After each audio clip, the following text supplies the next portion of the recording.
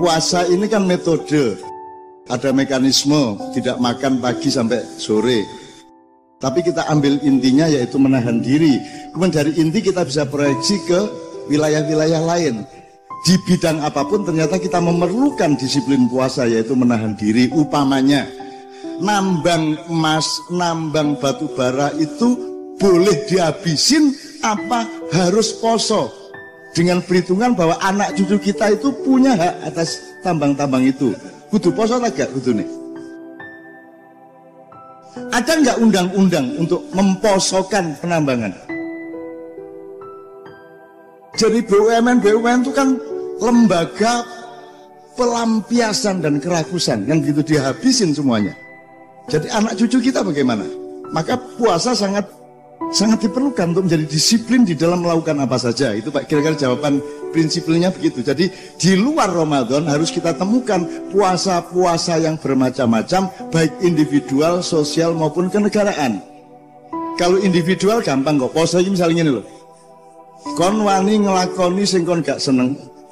Kon jane gak seneng tapi mergo apik, kon gelem ngelakoni. Masih gak enak. Tapi apik gelem ngelakoni itu berarti kon wis manusia puasa. Atau sebaliknya, kamu siap tidak melakukan sesuatu yang kamu seneng. Jangan kon seneng aku arah itu ikut cuman demi kemaslahatan bersama gak sido tak rabi. Bener ya? Itu bentuk puasa. Mohon maaf ya, saya bukan saya mau nyontoh-nyontohin diri saya. Saya itu aku takon sing aku gak poso kok mek rokok tok. Tapi liane aku poso, jadi pejabat gak.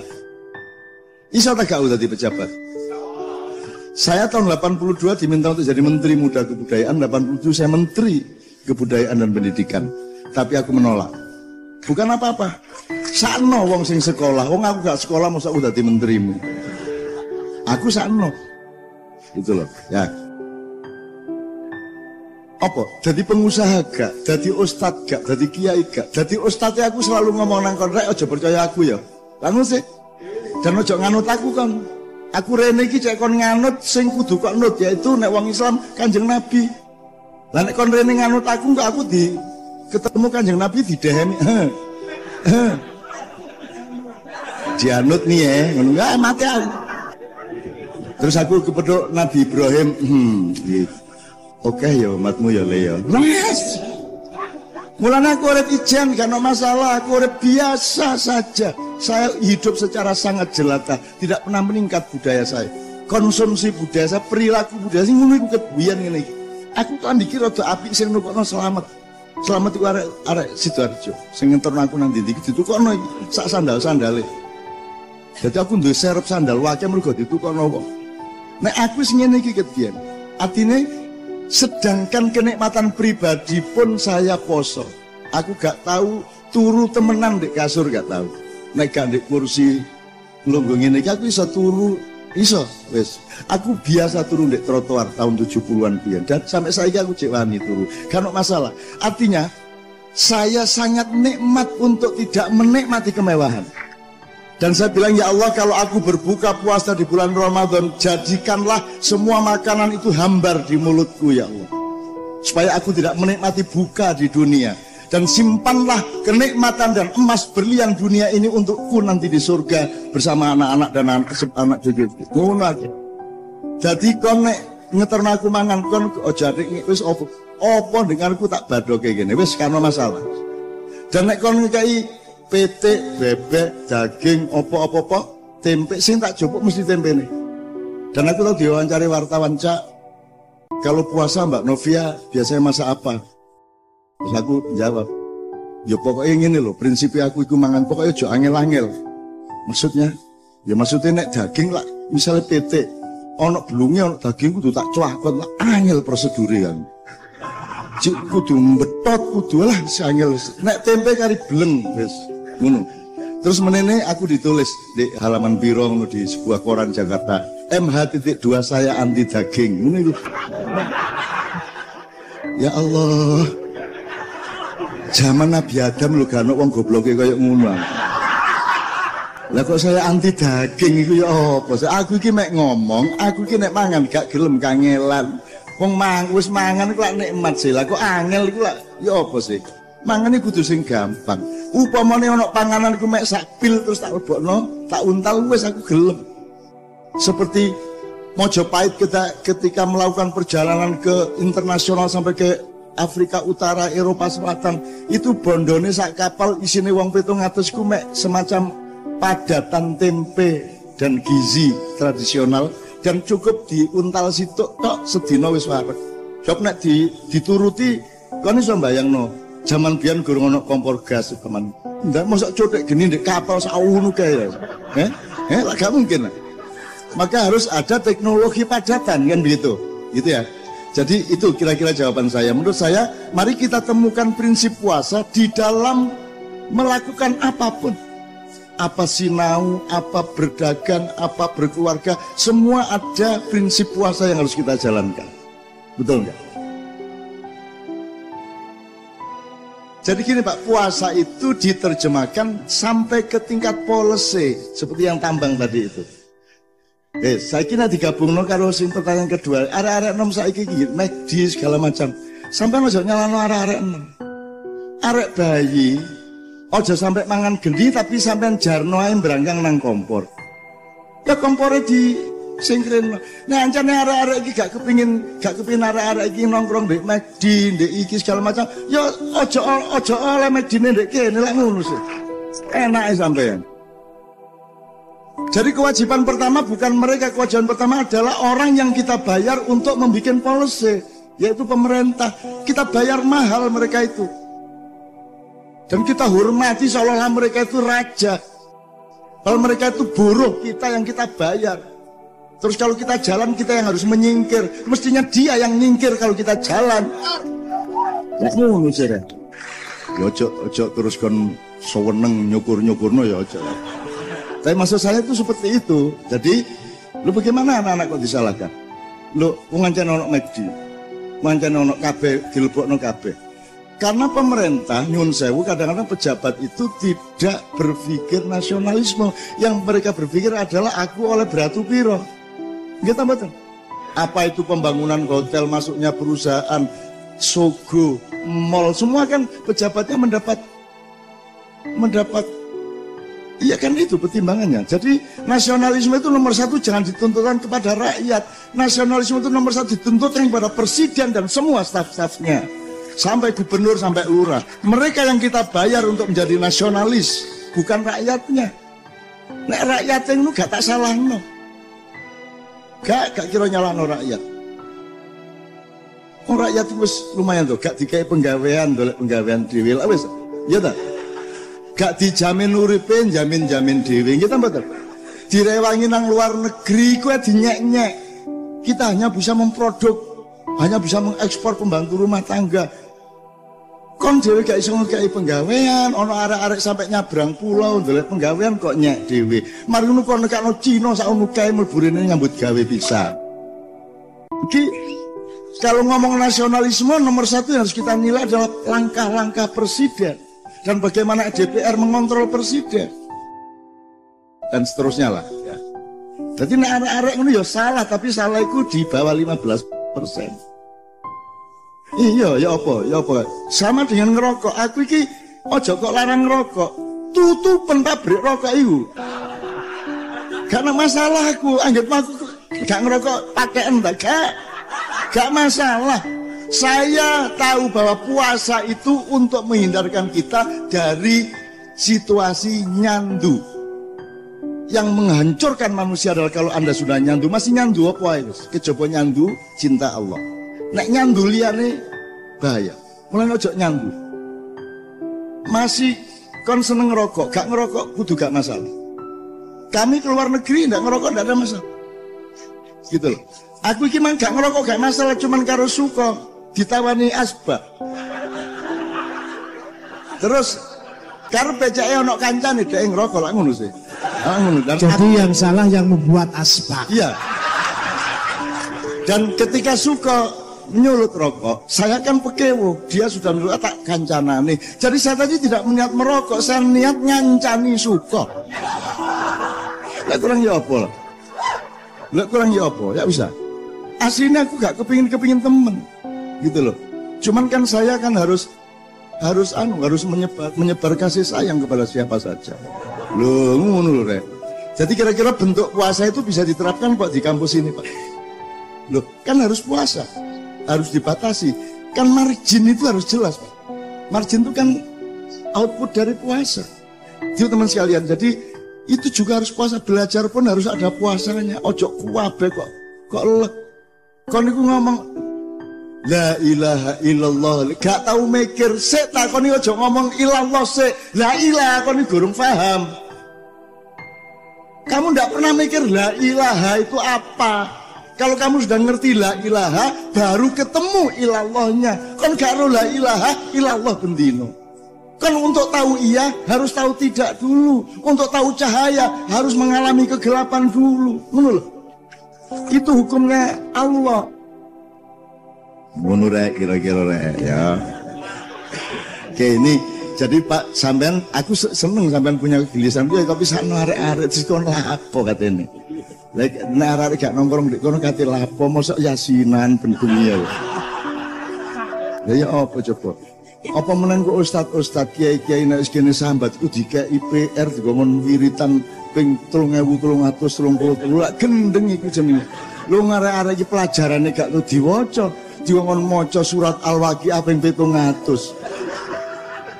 Ya apa? Aku tahu iku gelut musuh Gusmi mergo ngono iku. Gusmi almarhum iku. Aku kan sering menangani pasien bersama. Gusmi mesti ngono iku PR antuk Al-Waqiah sab'a mi'at marrah. Jadi wacon cek masalahmu ku selesai. Dia itu masalah karo bojone, masalah ekonomi tadi situ. Terus karo Gusmi dikongkon maca Al-Waqiah dawa lho rek iku rek. Ping 700. Ya apa karo sampean Gus? Wong dhek iku ngrasakno masalahe iku wis ndase kate pecah. Ya dikon maca ping 700, maca pisan lho rektor gurung karuan tahu. Ini rek ya. Ya iki bismillah iki karo guyon tapi karo temenan. Dadi poso adalah menemukan batasan-batasan ngoten nggih. Tapi saya setuju kegelisahannya dan itu saya juga sangat gelisah. Lah terus ya apa? Wong pemerintah kita sendiri tidak tidak mempolisikan nasionalisme di dalam tatanan dan manajemen yang dia lakukan. Sekarang kalau kita sambung ke beliau, loh, gunane negara iku gawe pager ya apa sih rek? Negara iku gunane dikongkon gawe tembok, gawe pager, cek banyune miline, tandurane iku jelas nggone, ngono lho. Lah nek iki kok buka blak gak usah negara apa nang wis. Ayo dagang bebas, pasar bebas, ayo gelut satu sama lain. Ngono. Gunane pemerintah itu untuk memproteksi rakyatnya, jangan diculno di pasar bebas 100%. Akhirnya kan kabeh mek ndolek badi. Kabeh jadi sudra. Setiap wali kota jadi sudra, setiap gubernur jadi sudra, setiap menteri jadi sudra. Petani sampai hari ini belum pernah menjadi subjek utama dunia pertanian, betul enggak? Mereka hanya menjadi objek, mereka hanya menjadi pelengkap penderita dari polisi-polisi pertanian nasional, betul enggak?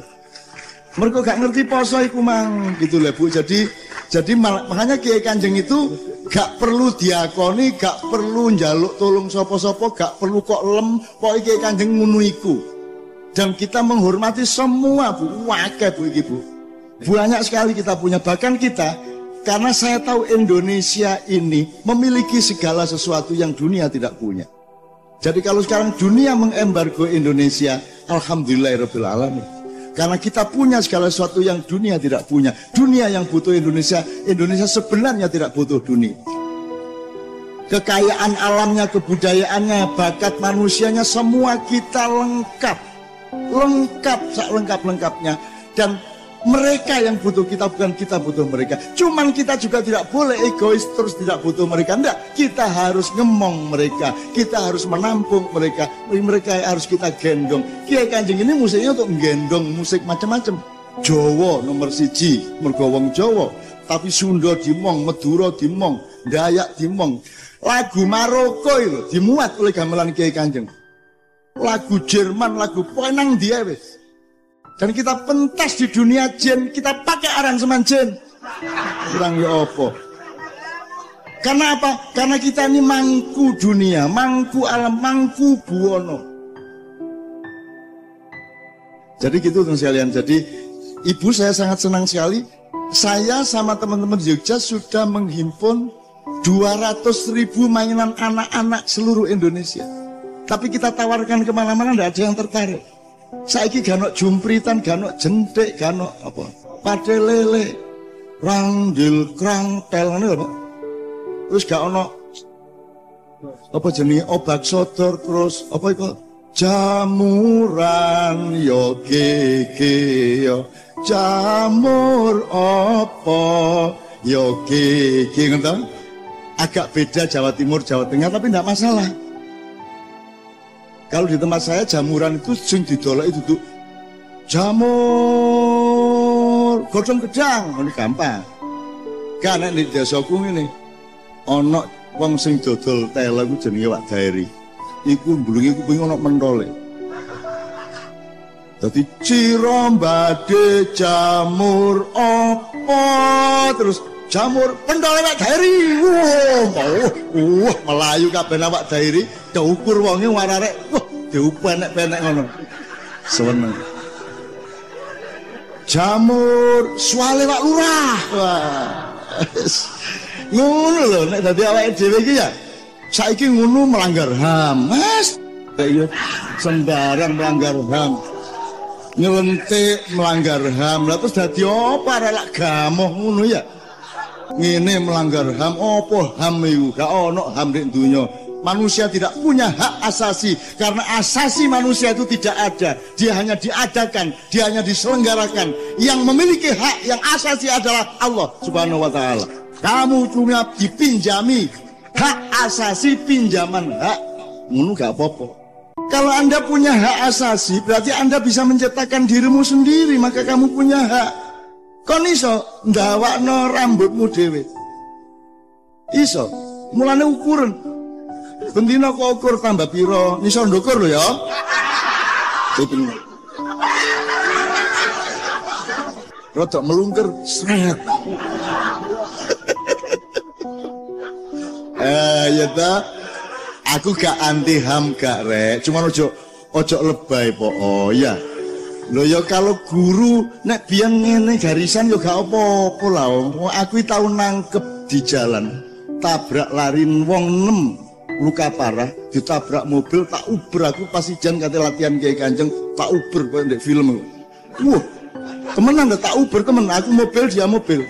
Tak uber sampai mubeng-mubeng akhirnya iso tak bualap, tak palangno, aku mencolot mudun, buka. Kuncine tak jobok, sujud ngono. Sujud ning ngarepku, sujud. Terus ana kolonel teko paman nih. Kamu ndak tahu apa-apa, pergi. Kamu ndak tahu apa, kamu ndak tahu masalah, kamu pergi, jangan ikut-ikutin urusan saya sama dia. Saya ngejar dia. Lagi malu aku, mlebu mobilku tak gonang kantor polisi. Kita bawa ke kantor polisi Sentul. Polsek Sentul tak gorono, Pak, kita tangkep iki kurbane 6, ana tukang bakso, ana tukang becak, ana wong numpak mobil, ana wong di jalan, pokoke 6 iki ditabrak. Aku sing nangkep, aku sing duwe hak nang arek iki. Sampean gak oleh ngantemi arek iki. Nek nabok oleh ngono aku. Lho gak, beda nabok sama ngantem. Kalau ngantem tuh kriminal, nabok itu sayang. Ya tak gak? Betul gak? Ada bedanya dong. Pengertian mengenai violence, mengenai kekejaman, kekerasan itu ya salah menurut saya di Indonesia. Angger nyenggol titik, kekerasan. Kekerasan kok ndak boleh. Hidup ini harus ada yang lembut, harus ada yang keras. Dan yang ketiga kadang lembut, kadang keras. Lah nek gak keras gak meteng. Jadi violent itu kekejaman, bukan kekerasan. Kalau kekerasan tidak masalah. Dan itu bukan fisik nomor satu. Aku tanya sama kamu, kamu merasa lebih terhina mana? Saya tabok, saya pukul, atau saya ludahi? Jadi meludahi. Atau gini, kamu milih mana? Lebih terhina mana? Saya ludahi atau saya hina bapakmu? Tanpa menyentuh kulitmu, saya menghina bapakmu dengan suaraku. Kamu lebih terhina atau lebih terhina saya ludahi? Bapakmu dihina tuh. Nah ya. Jadi kekerasan itu tidak fisik, kekerasan itu mental dan martabat. Lah kan kok melok-melok wong sing gak ngerti martabat. Kita ini kan orang yang ngerti martabat. Wong Jawa itu ojo dicekel ndase, itu artinya ojo tindas-ndasi. Kene iki cilik ya gak popo, kene iki ndek gak masalah, tapi ojo ada ngendek-ndeki aku. Dukura sakarepmu tapi ojo ngendeki aku. Gedhe sakarepmu tapi ojo ngedeni aku. Ngono rek wong Jawa iku. Kita mboten. Iku yang jenenge Jawa. Ngono ya rek ya. Jadi ngeten iki Pak Git.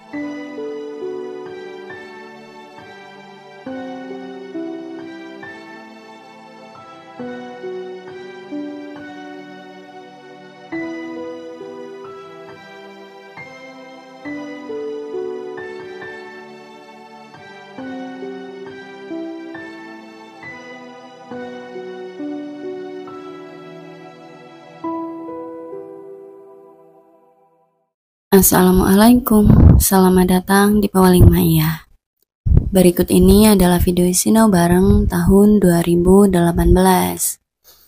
Dan sebatas yang dapat kami tangkap, kurang lebih beginilah ulasan, rangkuman, atau pointernya. Poin yang pertama adalah, pada intinya, garis besar dari video ini adalah respon dan jawaban dari Mbah Nun kepada para penanya dan pembicara sebelumnya. Selanjutnya, poin kedua adalah respon jawaban yang Mbah Nun tawarkan kepada penanya yang menanyakan tentang puasa, yang intinya adalah manusia hidup di dunia dalam rangka ujian dan belajar. Dan puasa pada hakikatnya adalah proses belajar untuk menahan diri, yang bisa kita proyeksikan dalam kehidupan secara lebih lebar dan mendalam, karena pada hakikatnya tidak ada yang tidak puasa dalam kehidupan ini.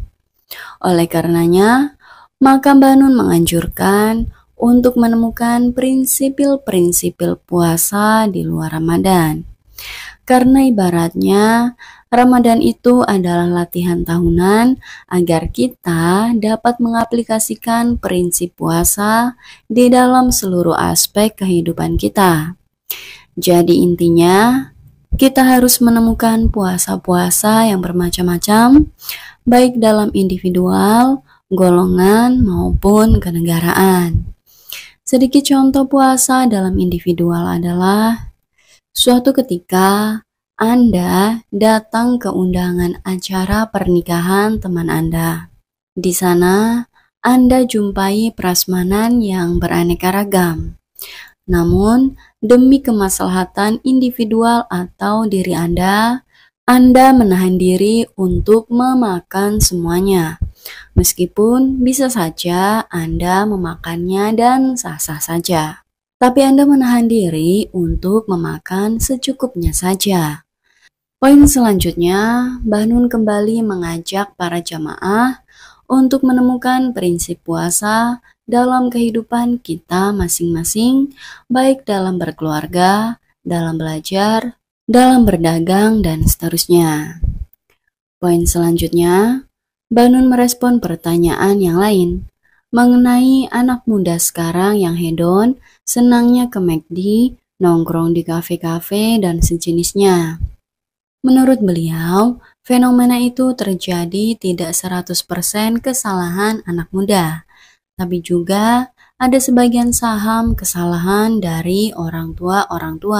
Ibaratnya adalah orang tua melarang anak menyentuh api, tapi orang tuanya membiarkan saja anaknya merangkak ke kompor.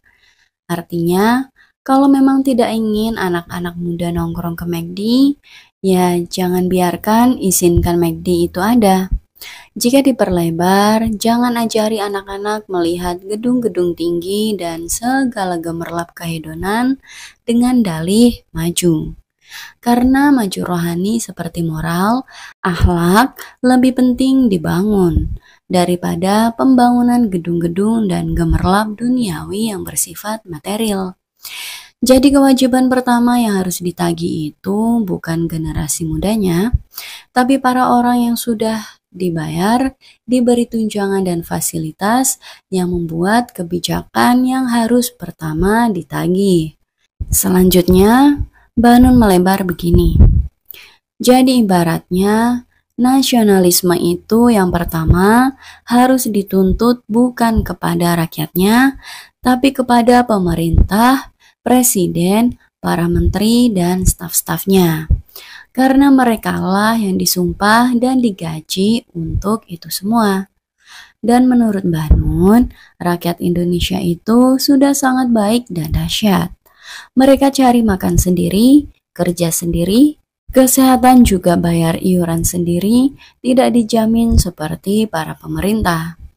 Bahkan tak jarang banyak kebijakan yang justru menyulitkan rakyatnya. Tapi rakyat tetap husnudzon dan mau memilih di setiap ada pilihan, meskipun selalu saja berulang kali tertipu, namun rakyat tetap sabar dan tetap mau nyoblos. Itu adalah sedikit contoh bentuk dari nasionalisme yang sangat luar biasa dari rakyat. Kurang lebih itu sebatas yang mampu kami tangkap. Oke dulur-dulur, sampai di sini dulu ya ulasan atau pointernya. Sebenarnya masih ada begitu banyak hal yang dapat kita pelajari bersama dari kutipan Sinau Bareng pada video ini. Ulasan, pointer, atau rangkuman yang kami ungkapkan itu hanya sedikit gambaran saja. Dan semua yang kami ungkapkan itu bukanlah sebuah kebenaran, hanya saja semoga dapat sedikit menambah referensi. Mohon maaf atas semua kelemahan sudut pandang kami. Matur suwun dan sehat selalu saudaraku. Wassalamualaikum.